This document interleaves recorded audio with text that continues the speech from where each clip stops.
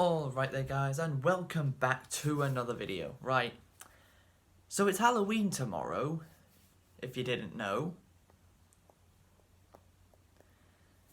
And I did not have anything planned, because normally what happens is whatever video I'm making that day, I just put the word Halloween in the title because it's Halloween.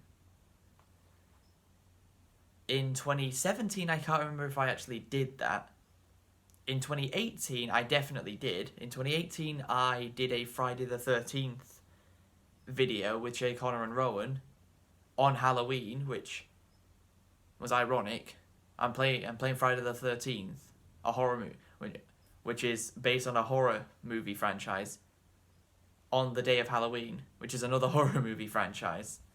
So that's quite funny. Last year, I was just starting my Sniper Elite 4 Let's Play, which I just had to put Halloween in the title because it was. This time we're going to go for a bit of a different angle. This time I've managed to incorporate an anime video into being based on Halloween. And what anime are we talking about today? Well, we're talking about Danganronpa. Because if you haven't noticed, Danganronpa is popping off right now. Despite the show's not new at all, it's really damn popular right now. It's booming with popularity. You've got people playing the Danganronpa games on YouTube, and quite a few of them. You've got Danganronpa just appearing everywhere in the anime community right now. So I did go ahead and watch it myself. And as much as I don't believe there's such a thing as a horror anime, because I don't, let's be honest, can anime really be scary? I don't see how it can be. So yeah.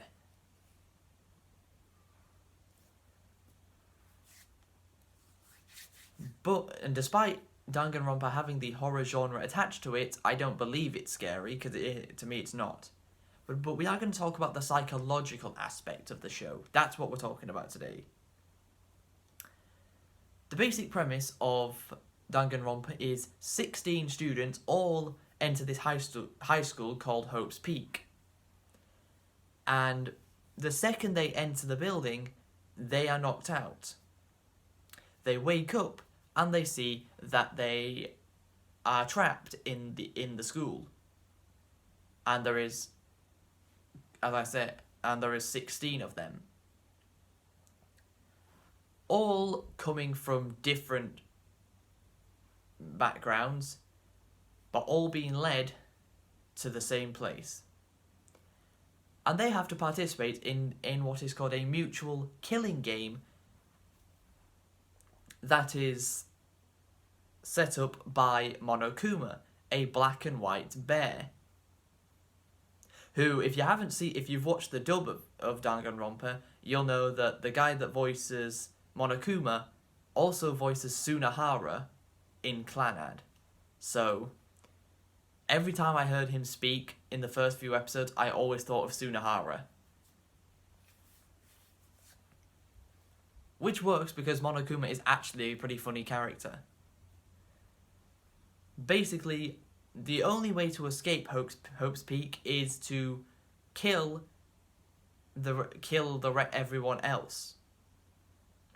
But here's the twist: if one student kills another, when three people have seen that body that obviously isn't the killer, there is a trial set. The trial is a bit like the jury in real life. You have to look at all the evidence,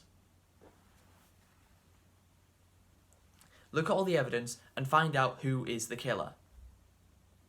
And if they do find the evidence, if they use the evidence and find out the correct killer, that person is then executed. And every single student has a super high school level of something. It's like their special talent. And something I really love about this show is the fact that everyone who does get executed after being exposed as guilty, the way they get executed has something to do with their super high school level ability. A few examples. Leon is the super high school level baseball player. How does he get executed?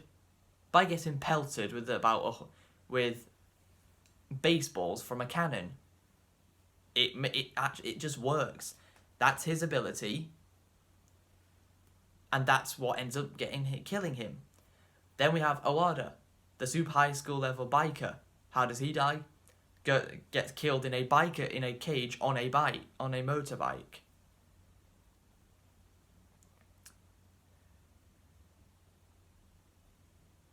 Let's see, who else?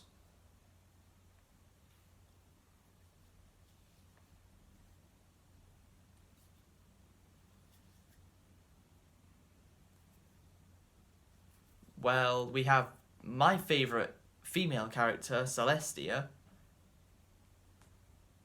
She gets executed by being burnt at the stake like a witch.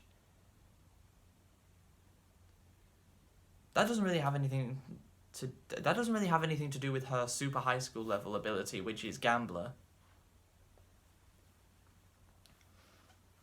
But yeah, this show nails the psychological aspect, because it's not actually it's not scary, but you know for damn well sure you'd be terrified if you were in that situation.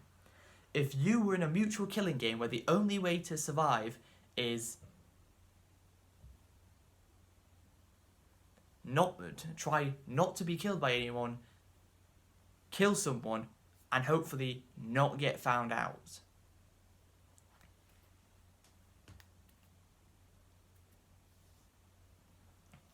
Monokuma toys with the characters' minds to try and turn them against each other, which is what he wants, because then they'll all just attack each other, and then no one will survive, and he'll win the game.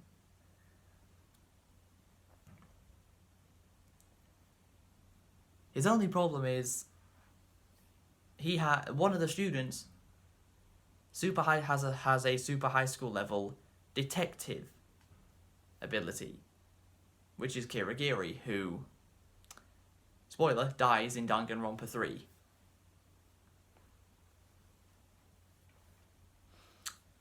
And she, along with the protagonist, Makoto Naegi, always find evidence to find who is guilty.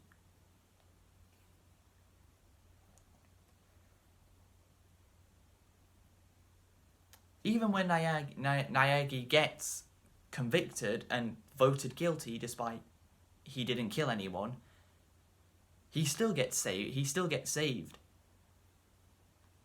by Kirigiri somehow.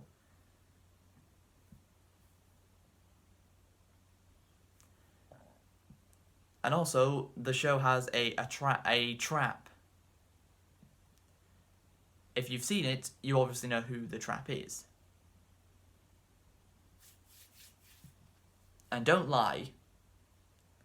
Until that person was revealed to be a boy, you thought they were a girl. Don't lie, you thought that too, because I sure did. I thought she was a he until... No, I thought he was a she the entire time until it was revealed that he's actually a he.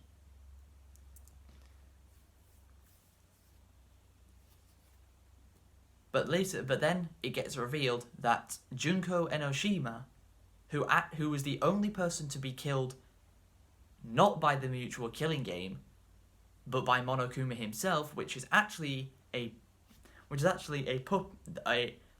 Junko's own puppet that she created herself. It's revealed she was the one that set this mutual killing game up. And in the first part of Danganronpa 3, it is a prequel to Danganronpa 1 and shows us how Junko set it up, like what she did to put everything into place to set up the mutual killing game. In the end, she gets exposed as guilty for being the killer to everyone, and she gets executed. But here's the thing, the way Junko gets executed is actually brilliant because she doesn't have a unique execution. I mean, Junko's super high school level thing is fashionista, or that's what you're meant to think. It's actually super high school level despair, and the whole point of the show is hope versus despair. She's on the side of despair, but fashionista is what they want you to think she is.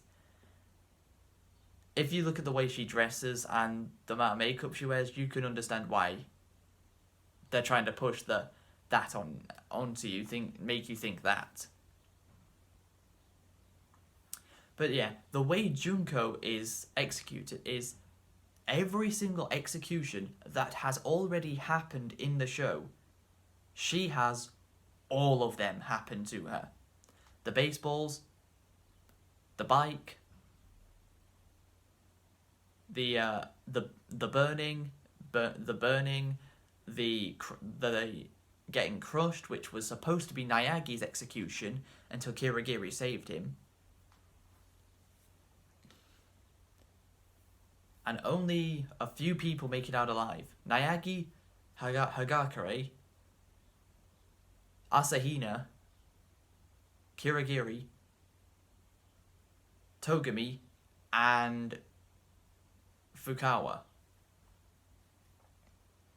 Which I'm just saying, if you've watched Danganronpa, you've seen the two variations of Toko. You've seen the very, very shy version of her. And then you've seen the mentally insane, effed up in the head version of her, which I actually think the mentally insane, effed up in the head version of her is actually the better version. I think she's a better character when she's like that than when she's shy.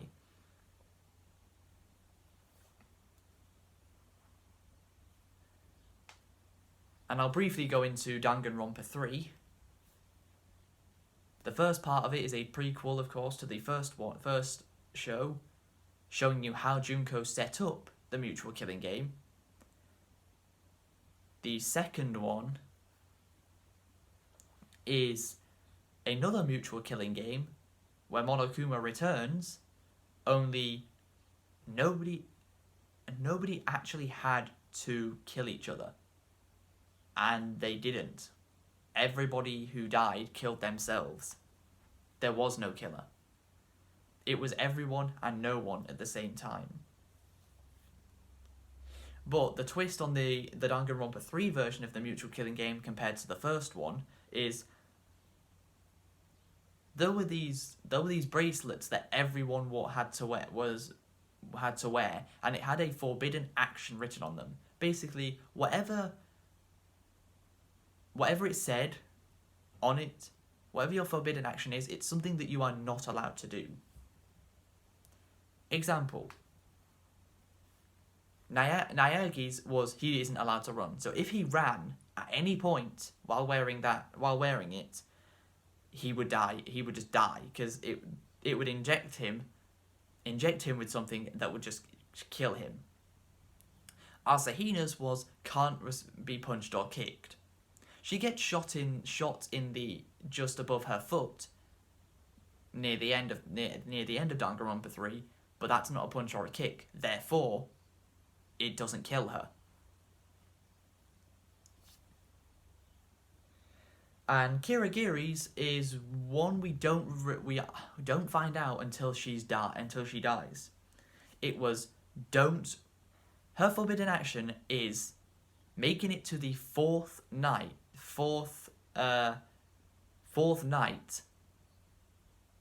of the mutual killing game with Nayagi still alive. So but she did not tell anyone until it was too late.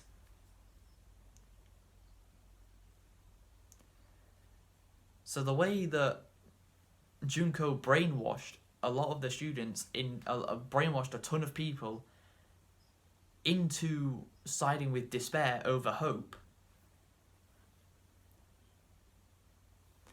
put the Hope Future Foundation in jeopardy, and they had to abide by the killing game until they realised they never had to take part in the killing game at all.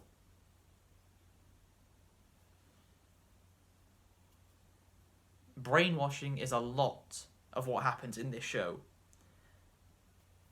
Mostly in Danganronpa 3. But yeah, and the craziest thing about the first show is, basically, when I said that everyone who all 16 students that walked into the school instantly fainted, and then they woke up, they'd actually been at the school for 2 whole years, but they had their memories wiped.